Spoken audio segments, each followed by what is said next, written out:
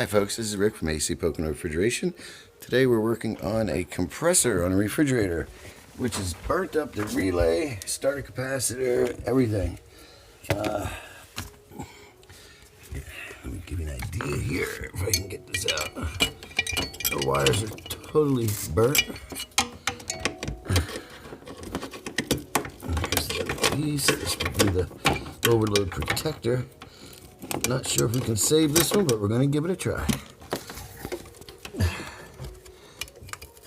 Okay, here's the overload. You can see how bad this is. Alright, there we go.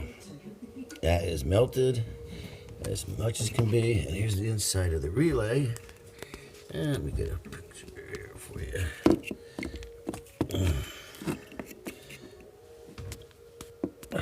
It's hard to get this with the lights dark down here. Here we go.